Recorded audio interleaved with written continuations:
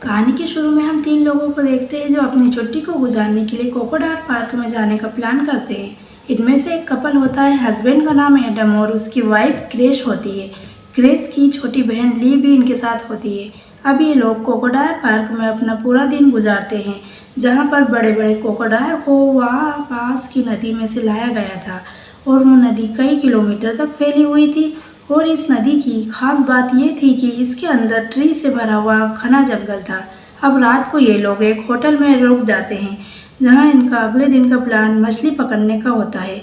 अब ये लोग अगली सुबह एक लोकल गाइड जिसका नाम जिम था उसके साथ मछली पकड़ने के लिए तैयार हो जाते हैं। और तभी वहाँ पर ग्रेस और ली को बात करते हुए देखते हैं। ग्रेस ली को अपनी प्रेगनेंसी के बारे में बताती है। उसने यह बात अपने हस्बैंड एडम को भी नहीं बताई थी। वह एक खास तरीके से इस बात को बताना चाहती थी। इसके बाद वहाँ चारों मछली के शिकार के लिए नाव से निकल जाते हैं। उनके साथ गार्ड जिम अपनी सेफ्टी के लिए एक बंदूक भी रख लेता है।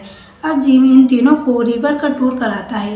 इस नज़ारों को बहुत एंजॉय करते हैं और फिर वहाँ से थोड़ी दूर आगे जाकर रुक जाते हैं, जहाँ पर फिशिंग करने लगते हैं। लेकिन वो जिस जगह पर होते हैं उन्हें वहाँ पर कोई भी फिश नहीं दिखाई देती है, इसलिए जिम उन्हें और आगे ले जाता है। लेकिन वो जिस जगह पर होते हैं उन्हें वहाँ पर कोई फिश नहीं दिखाई देती है, इसलिए जिम उन्हें और आगे ले जाता है। कुछ दूर आगे जाने के बाद एडम फिशिंग करता है तो उसके फिशिंग डोर में एक मछली फंस जाती है और ये देखकर सभी लोग बहुत एक्साइट हो जाते हैं। लेकिन तभी उनकी बोट हिलने लगती है, क्योंकि फिशिंग डोर में कोई मछली नहीं, एक बड़ा सा मगरमच्छ आ जाता है। और अब मगरमच्छ उनकी बोट पर हमला करता है और नाव को पलट देता है, जिससे सभी लोग पानी में गिर जाते हैं। ये देखकर एडम सभी को चिल्लाकर कहता है, सभी पेड़ पर जल्दी से चढ़ जाओ। एडम जल्दी से ग्रेस को पेड़ पर चढ़ा देता है, मगर उसे ली कहीं दिखाई नहीं दे रही थी। ग्रेस उनके गार्ड जिम को देखती है, जिसे मगरमच्छ ने मार डाला था। फिर वह मगरमच्छ एडम की ओर बढ़ने लगता है। ग्रेस जोर जोर से चिल्लाकर एडम को ऊपर आने के लिए कहती है। एडम मगरमच्छ को अपने पास आते देख वहाँ जल्दी से पेड़ पर चढ़ जाता है। इसके बाद हम ली को देखते हैं, जो बोट के अंदर होती है। वहाँ बोट से बाहर निकलती है और जल्दी से बोट पर चढ़ जाती है। मगरमच्छ ली को देख लेता है और वहाँ बोट पर हमला करता है और बोट जोर जोर से हिलने लगती है, मगर ली ने बोट की रस्सी को अच्छे से कस कर पकड़ रखा था, इसलिए वहाँ नीचे नहीं गिरती है। तभी एडम मगरमच्छ को अपनी तरफ बुलाने के लिए पानी में कुछ हरकत करता है ताकि ली को बचा सके। फिर मगरमच्छ एडम की तरफ आ जाता है और फिर मगरमच्छ जिम की बॉडी को ले जाता है और वहाँ से चला जाता है। मगरमच्छ को वहाँ से जाता देख ग्रेस एडम को ली को बचाने के लिए कहती है। एडम बोट पर बंधी रस्सी को उनकी तरफ फेंकने के लिए ली से कहता है और ली वहाँ रस्सी को एडम की तरफ फेंक देती है और एडम उस रस्सी को पकड़कर धीरे धीरे उस नाव को अपनी तरफ खींचने की कोशिश करता है। फिर ली भी उनके पास पेड़ पर आ जाती है। ली के पैर में चोट लग जाती है क्योंकि क्रोकोडाइल ने उस पर हमला कर दिया था। फिर वहाँ तीनों सोचने लगते हैं, हम यहाँ से कैसे निकलेंगे। फिर ग्रेस कहती है, हमें यहीं रुकना चाहिए। जिम को ढूंढने के लिए उनके बॉस या दोस्त ज़रूर आएंगे। अब ये लोग बैठकर इंतज़ार करते हैं, लेकिन कई घंटे बीत जाते हैं। कई घंटे बीत जाने के बाद भी वहाँ पर कोई नहीं आता है। फिर एडम कहता है, अगर हमें यहाँ से निकलना है तो इस बोट को सीधा करना होगा। इस बोट से ही हम यहाँ से निकल सकते हैं। लेकिन ग्रेस और ली इस बात के लिए राज़ी नहीं होती है। उन्हें इससे खतरा लगता है, क्योंकि पानी में उतरते ही वह मगरमच्छ वापस आ सकता था। ग्रेस कहती है, यहाँ पर बहुत मगरमच्छ है, हमें यहाँ से निकलना है तो हम इन पेड़ों के द्वारा यहाँ से निकल सकते हैं। पेड़ से दूसरे पेड़ तक चलते चलते हम यहाँ से बाहर निकलने का रास्ता भी। फिर ग्रेस अकेले ही उन पेड़ों से चढ़कर आगे का रास्ता खोजने के लिए जाती है, मगर उसे आगे जाकर कोई रास्ता नहीं दिखाई देता है और ग्रेस वापस वहीं लौट आती है। इसके बाद एडम को उस बोट को सीधा करने के लिए जाने देती है।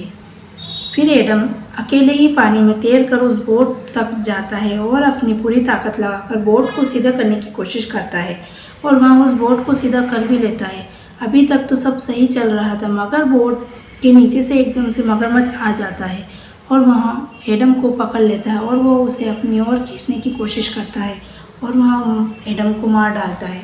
यहाँ देखकर ली और ग्रेस बहुत चिल्लाती है और रोने लगती है। वहाँ एडम को मारता हुआ देख बहुत दुखी होती है। मगरमच्छ के मुंह में एडम को देखकर रोने लगती है। कुछ देर बाद ग्रेस उस बोट की रस्सी को पकड़ने की कोशिश करती है, लेकिन वो बोट बहुत दूर होती है और उसकी रस्सी पकड़ने में नहीं आ रही थी। फिर ग्रेस उस रस्सी को पकड़ने के लिए दूसरे पेड़ पर जाने लगती है। तभी वहाँ मगरमच्छ पानी से उछलकर हवा में पेड़ पर ग्रेस के ऊपर हमला करने की कोशिश करता है।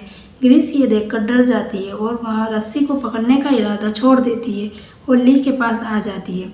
ग्रेस बहुत डर जाती है। तभी वहाँ एडम की लाश को देखकर दुखी हो जाती है और उसे एडम को अपनी प्रेगनेंसी की बात भी नहीं बताई थी। इसके बाद ये दोनों पेड़ पर बैठकर इंतज़ार करने लगती है कि कोई इनको बचाने के लिए आएगा। फिर रात हो जाती है, भारी तूफान आ जाता है और अंधेरी रात में वह मगरमच्छ वहीं पर एडम की लाश को खाने लगता है।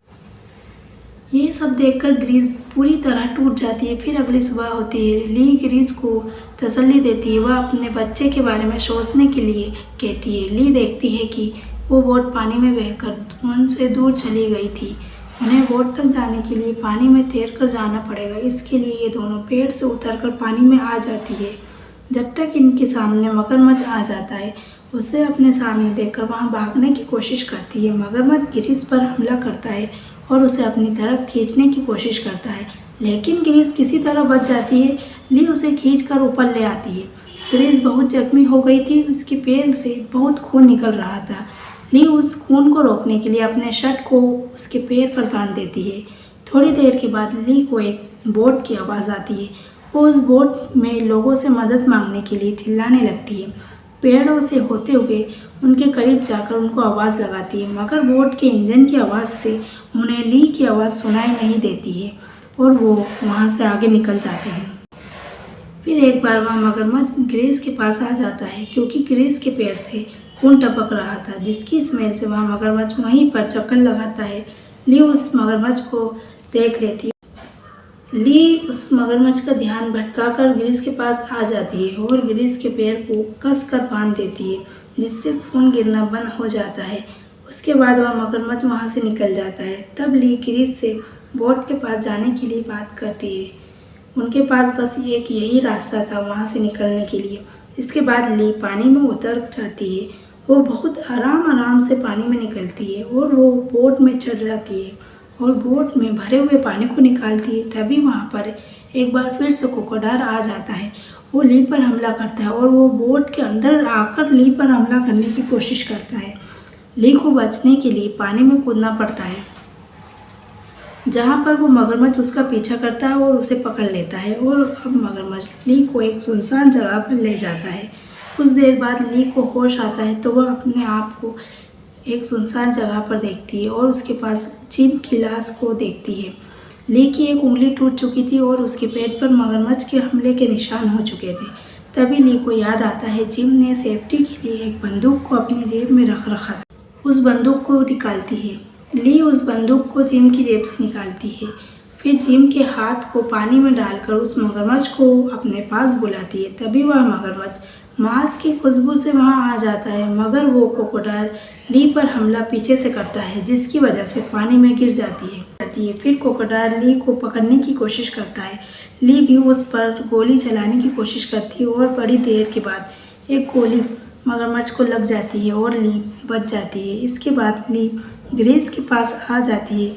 ली देखती है कि ग्रेस की मौत हो चुकी है। ज़्यादा खून बहने से वो बच नहीं पाती है। ली ये देखकर बहुत दुखी होती है। उसके बाद ली ग्रेस की लाश को बोट में रखकर वहाँ से निकल जाती है और वो इस तरह से बच जाती है। इस तरह से ये मूवी यहीं ख़त्म हो जाती है। ये मूवी ब्लैक वाटर 2007 की मूवी है। यहाँ एक सच्ची घटना पर आधारित मूवी है। आप सभी को यह मूवी कैसी लगी हमें कमेंट कर ज़रूर बताइए और ऐसी इंटरेस्टिंग मूवी देखने के लिए हमारे चैनल को सब्सक्राइब करें।